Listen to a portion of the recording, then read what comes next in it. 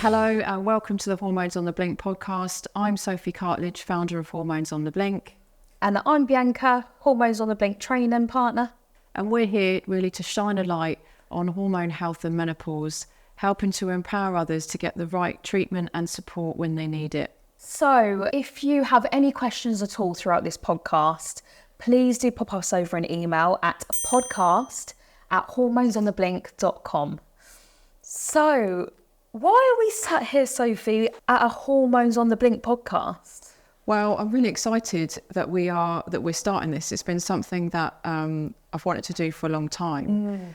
There's so much, I think, information that needs to be more easily accessible when that comes to hormone health, perimenopause, menopause, and really just understanding our hormones and how they work. Yeah, absolutely. So why did you start Hormones on the Blink as a company?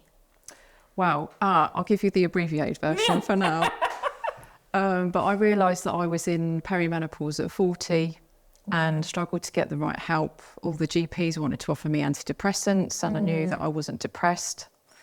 And I kind of went onto the Menopause Matters forum. I tell this story a lot, but I went on there and there's hundreds of thousands of women who were all in the same boat. Some of them whose marriages had fallen apart, who left their jobs because they couldn't do them anymore. Wow.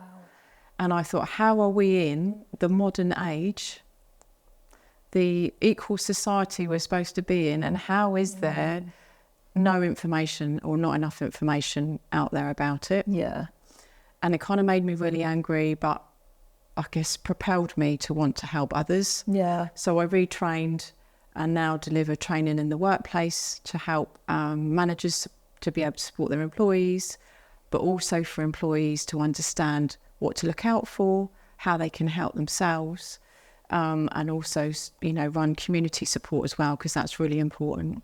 So do you want to share about kind of because obviously you've come on board with Hormones on the Blink to do training as well. Do you want to tell us a bit about why you did that and your experience? Yeah, so when I saw you were putting your cohort of training partners out, I just thought, because obviously I run Mindset Maintenance, which is a CIC predominantly around well-being.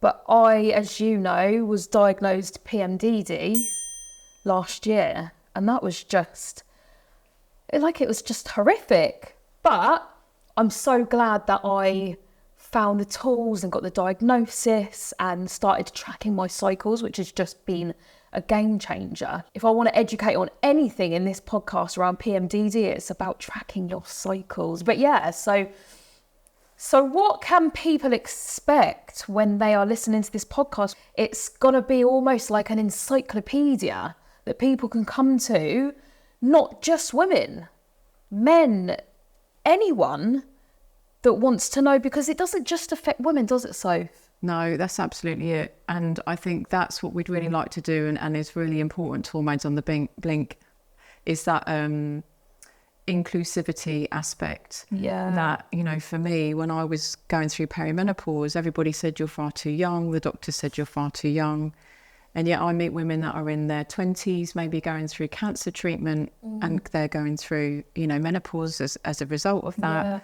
The knock-on impact to partners, family members, men that are going through treatment for prostate cancer, right?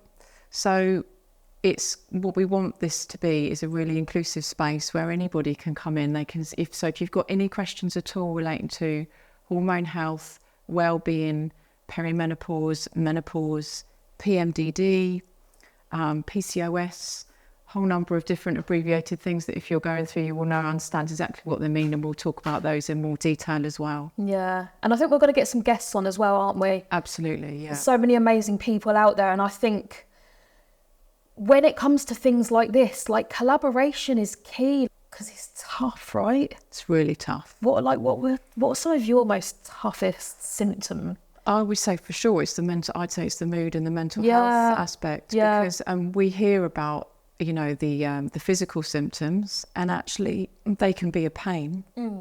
There's no doubt in that. But when it impacts your mental health and how you feel when you wake up in the morning, well, that has a knock-on impact on everything else in your life, doesn't it? And I know we want to, it's really important to both of us, mental health and well-being, isn't it? Yeah. So we want to talk a lot more about that and noticing, okay, is this actually a mental health issue, or is 100%. this a hormone issue? And therefore, what treatment should I be looking for? What can I do to help myself with that?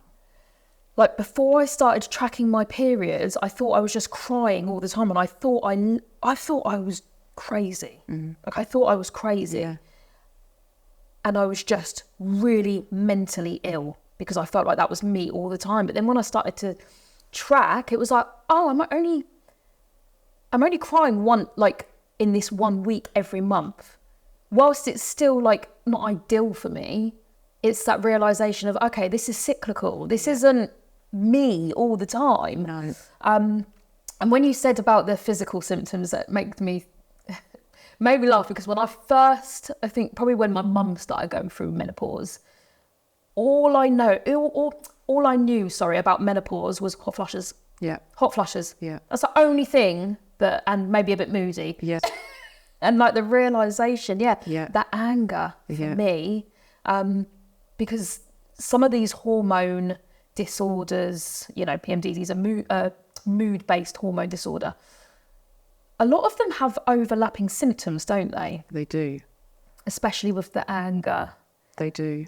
The paranoia, what do we call that? There's a name for it. Rejection sensitivity. Yeah. Dysphoria. Yeah, that's a biggie. We've spoken about that a lot. Yeah. Once a month, I think everyone hates me. Yeah.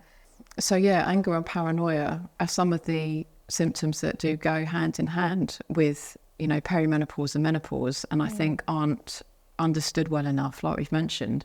But perhaps we should talk about what exactly is menopause and perimenopause, and kind of cover that off. Take it back to basics. Yeah, should we do that? Yeah. So what is menopause? So menopause, believe it or not, only actually lasts for 1 day, right? So it's when our periods have stopped for a whole year. Mm-hmm. After that year, following that day, we can say we've gone through menopause. And it's about, I think my understanding of it used to be almost like it's a light switch that goes off. Your periods stop. It's all over. Nothing to worry about anymore. Done. You might get a few hot sweats. Maybe at night, maybe in the day. And then it's always going to be okay. And that was about the sum total of my knowledge of it. Yeah. But what we do know actually is, so the average age of that in the UK is 51 for white women, it's 49 for black women, and it's 46 for Indian women. Well, okay. So there's a real... It varies, depending. And then perimenopause, which I think really we've only talked about since Davina McCall programme. Yeah. I don't think we've really talked about it before then. That's the point at which hormones start to change and fluctuate and gets ready for menopause. Okay. So rather than it being like this light switch that goes off, it's, I'm going to call it a roller coaster. Yeah. It's a roller coaster. And you mentioned, didn't you, about there's some similarities there between PMDD and perimenopause symptoms. And we know, don't we, that we're based on the same hormones, aren't they? Yeah. And the difference is, from what I understand, is that with perimenopause, you will start to have irregular periods. Yes, absolutely. So that can look like irregular periods. It might look like regular periods. Oh, okay, right. But for many people, because when our hormones start to change, so we're talking about 3 key hormones here: progesterone, estrogen, testosterone. Okay. I always thought menopause is about losing your estrogen. But actually, the first hormone that starts to decline is progesterone. And we know that progesterone helps with mood. It helps with falling off to sleep. It helps with cognitive function, so being able to think clearly. Yeah. So for a lot of women that are in perimenopause, which might happen 4 years, could be 10 years before menopause, they could be in their mid to late 30s, their early 40s, having panic attacks, getting anxious about going out and seeing friends or driving.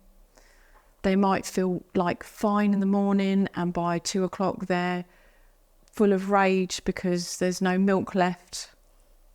We've all been there. We've all been there. Yeah.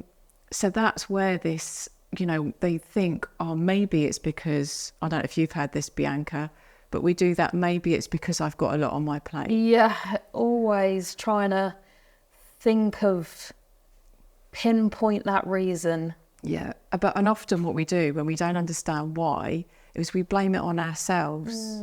We say, why can't I cope with this? Why does my life feel too much? Why am I getting anxious about that?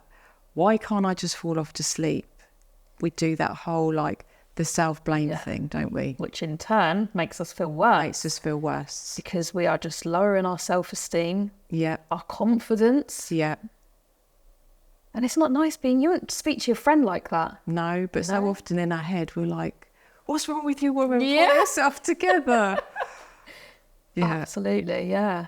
Okay, so should we hold it there? Because I think we're coming to the end of our 10 minutes, and we're going to try and keep these, aren't we, to 10-minute sessions where people can just pick up when they've got a time, when they're having a cup of tea, when they're going for a quick walk, because we know we're all pretty busy, right? And how overwhelming is that when you really want to look after your well-being and you're looking for a podcast?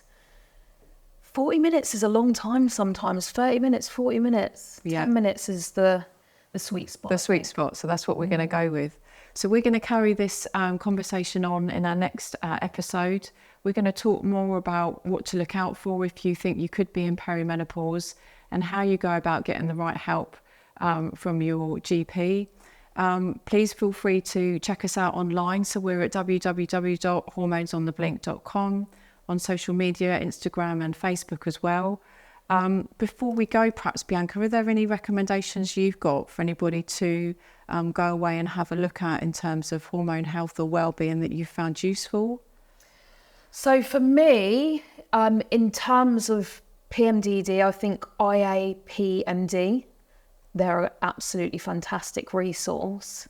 And we're going to keep pointing out people, aren't we? So make sure you do subscribe to the YouTube, to our Spotify. We're going to be on all of the known podcasting apps and streaming services. And we hope to give you the information that you all need. And I think most importantly, we want people to advocate for themselves. Absolutely that.